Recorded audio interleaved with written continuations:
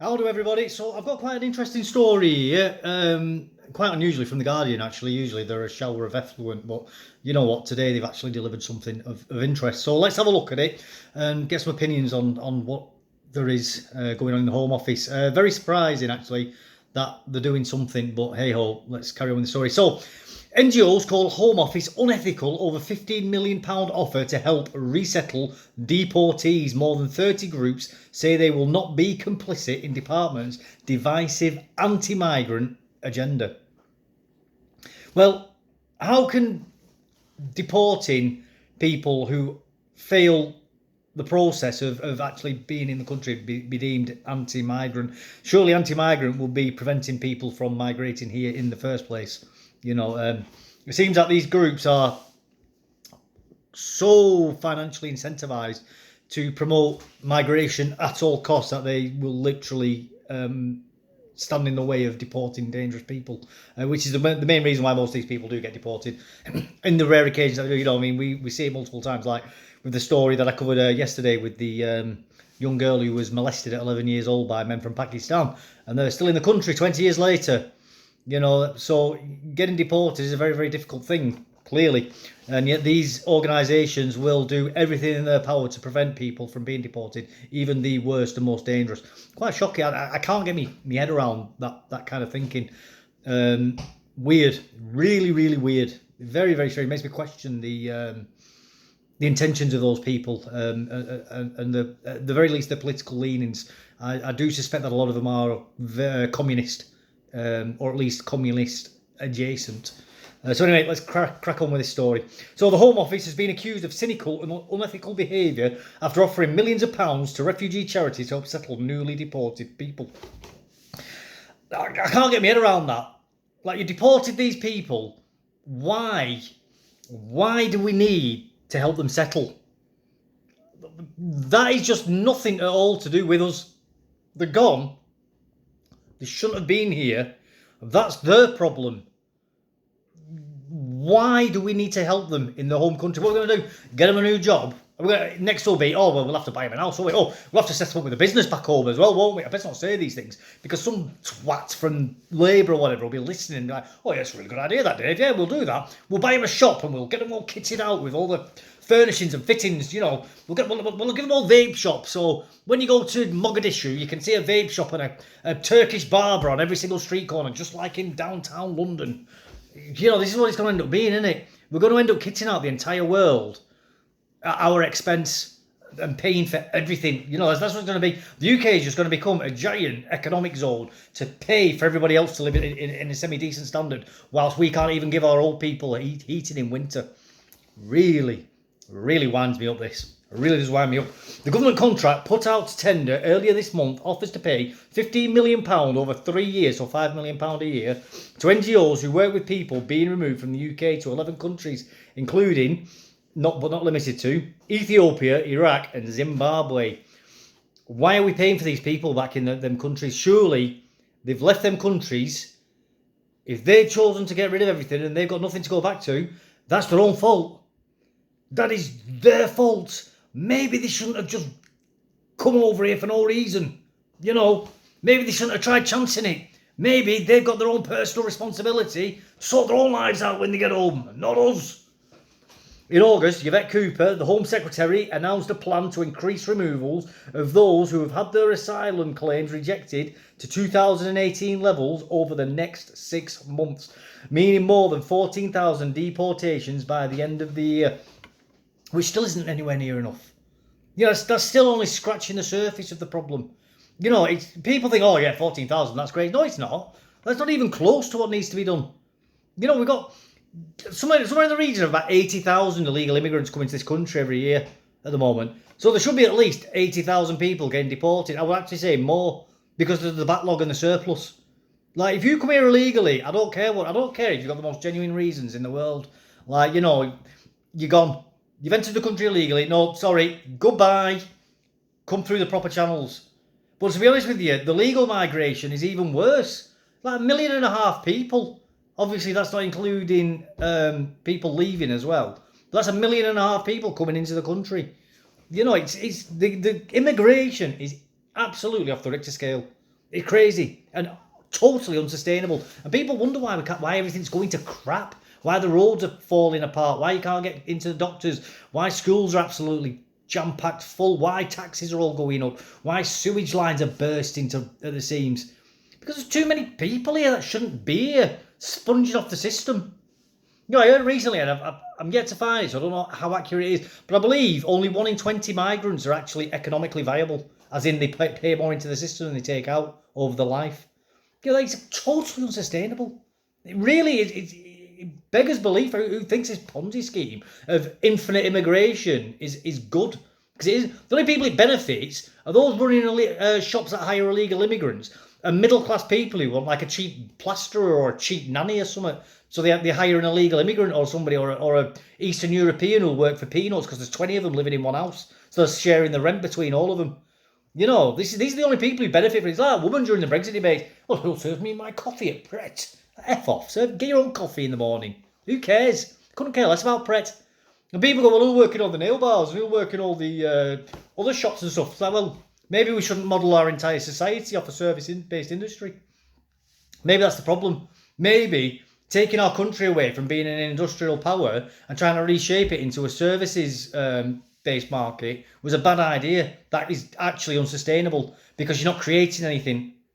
Maybe that's the problem. Maybe we need to go back to being an industrial power instead and start manufacturing things again.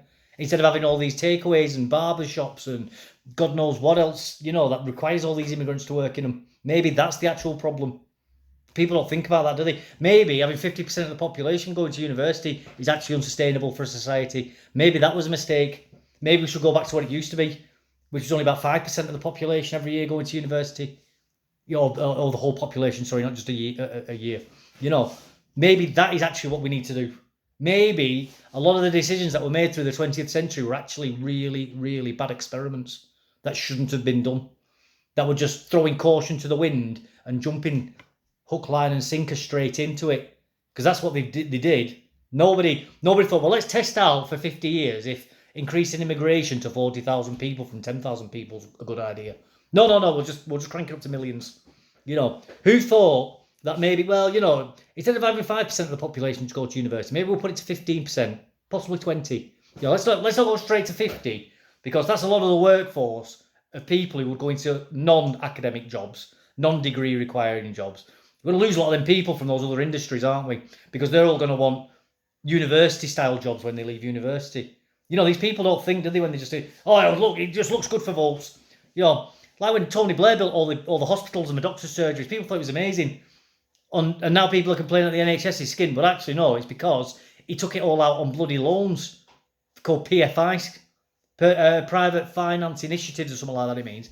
So basically we've ended up with hospitals and doctor's surgeries and things that have been paid for like 10 times over because it's all based from London private equities. And now people are complaining that the NHS is broke. So what do you expect? We engaged in these massive scams in the 20th century and it's all coming around to bite us in the arse now. Anyway, let's get back on with this. The contract, entitled Home Office Reintegration Programme, asks for bidders from non-statutory sector organisations that are charities and non-profit making organisations to help with temporary accommodation, food and cash assistance once they arrive in their country of origin. Why? Why are we helping these people once they get back? They are being rejected. Get rid of them. Say, so long and thanks for all the fish. Goodbye. Other countries covered by the contract will be Albania, Bangladesh, Ghana, India, Jamaica, Nigeria, Pakistan and Vietnam. I can't fathom what's going through these people's heads. I genuinely can't fathom it. And I also find it very strange as well, but this is what I thought about as well. Isn't it funny how the Home Office are actually doing the job now? Now Labour are in power. The Home Office are suddenly doing things that they're expected to do.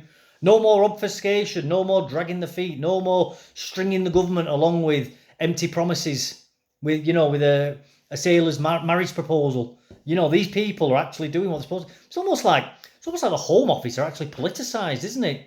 It's almost like the Home Office actually have a culture of supporting particular political parties and that they're not actually politically impartial. It's almost like the Home Office almost like they're engaging in political activism. Almost. That's how it may seem to some people. Now, obviously, I'm not saying that is a fact. I'm just saying that's how it could seem. Very, very weird that, isn't it? I find that strange. Let me know what you think about that below, by the way. So, we stand united against this Cooper sent a letter signed by more than 30 NGO officials from the UK and overseas rejecting the contract. We stand united against this attempt to make us complicit in the department's harmful and divisive anti-migrant agenda, the joint letter said. We know that the policies of deterrence do not work. Well, actually, deterrence really does work. It really, really does work. And that is such a BS statement to make. And Australia have proven that. Many, Poland have proven that, by actually shooting. Funny how when they start shooting at people don't try and storm into the country anymore. Isn't it weird that?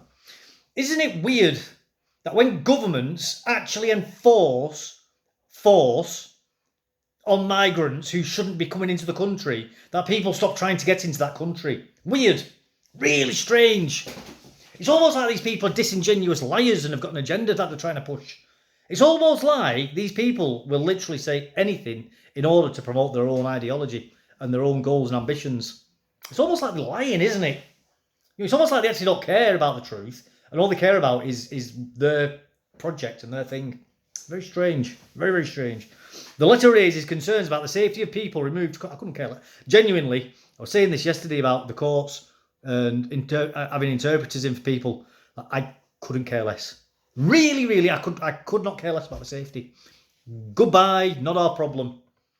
Not our problem. Our problem is our people in our country. You're that country's problem. You're their people. And what they do with you in that country, that's none of our business. That's their business and your business, because you're part of those people over there. Bye. We'll worry about ourselves, thank you. Not our issue. I hate this whole global tut-tutter mentality. Like these people, and I imagine a lot of these people are childless as well. Which, they're using these activities as surrogate activities for lack of children in their own life. I think that's what all this comes down to, especially like the likes of Angela Merkel when she invited the entire third world into Europe. Mama Merkel, I think she called herself, didn't she? Because she's got no kids. So she has to use these people as her own surrogate mothering instincts that she's not satiated through her own life and bringing her own children into the world. Very weird. Very weird. And that's not to say all people who are childless are like that, by the way. I want to be very clear on that. But I do find it very, very strange with a lot of these people. They do end up being childless as well. So anyway, the letter raises concerns about safety of people removed to countries such as Ethiopia. I genuinely couldn't care less. It says that nearly 4 in every 5 Ethiopian asylum applicants, 79% in the UK in 2023, were granted at first application. Well, that's 79% too many, in my opinion. I think we should be taking 0 refugees and asylum seekers, by the way. 0. In fact, I think we should be on negative numbers because we need to be deporting people. That is my strongly held belief. Very, very strongly held. Pursuing an agenda of removals and deportations will tear communities apart. Well, by allowing so many people into the country, we're tearing communities apart because those people are having to leave their own communities to come here. So really, we're actually rebuilding the communities that have been damaged back home. And especially all the doctors and nurses and that. Why should we be taking the third world's doctors and nurses when they need them over there more than us? We can train our own people here, can't we? Instead of having so many people working in the service sector industry, maybe we should be training people to work in things like the NHS instead. Maybe that's part of the problem. That's again going back to what I was saying before about too many people working in service sector jobs instead of pursuing more vocational forms of employment. Crazy idea, I know. Crazy. Pursuing an agenda will tear communities apart in the face of overwhelming evidence that this new approach is needed. Many people at risk of removal have lived in the UK for years or even decades and have put roots down it. I couldn't care less. The letter said, they say tearing communities apart. How many communities have been destroyed by bringing so many migrants into the country? Like London is a minority English city now. How many English people have been displaced from London in order to create those communities? Or Leicester, or even close to me, Blackburn.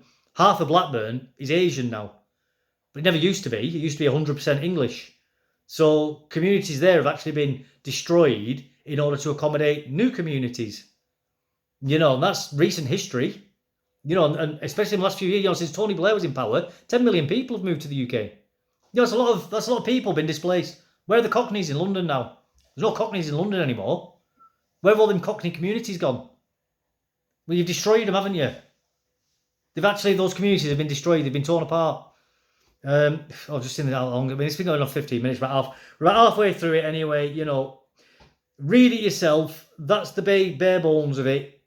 You know, these charities up their own backsides, trying to get everybody in the entire world to live into the UK because they're bleeding hearts, and and in my opinion, they get a massive dopamine hit from doing it. So they're in a way a form of drug addicts, trying to destroy the UK. And the Home Office are showing the true colours, and in my opinion, that they are a politicised organisation now that again need to be shut down and replaced with something new, because I do believe they're beyond fixing. Anyway, if you've liked that, please do read the article yourself. I'll put the link below. Read the rest of it. Make your own minds up, obviously. If you've got whether you agree with me or not, if you disagree with me, please put comments below. I'm really, really interested to hear what people have to say. I'm not a closed book, by the way. You know, although I've got very strong opinions, I am willing to listen to other points of view. If your arguments are strong enough, I will think about them, and I am willing to change my mind if your points are valid and good enough. I'm going to leave it at that. Thanks for your time. Please do like and subscribe. Take care, and goodbye.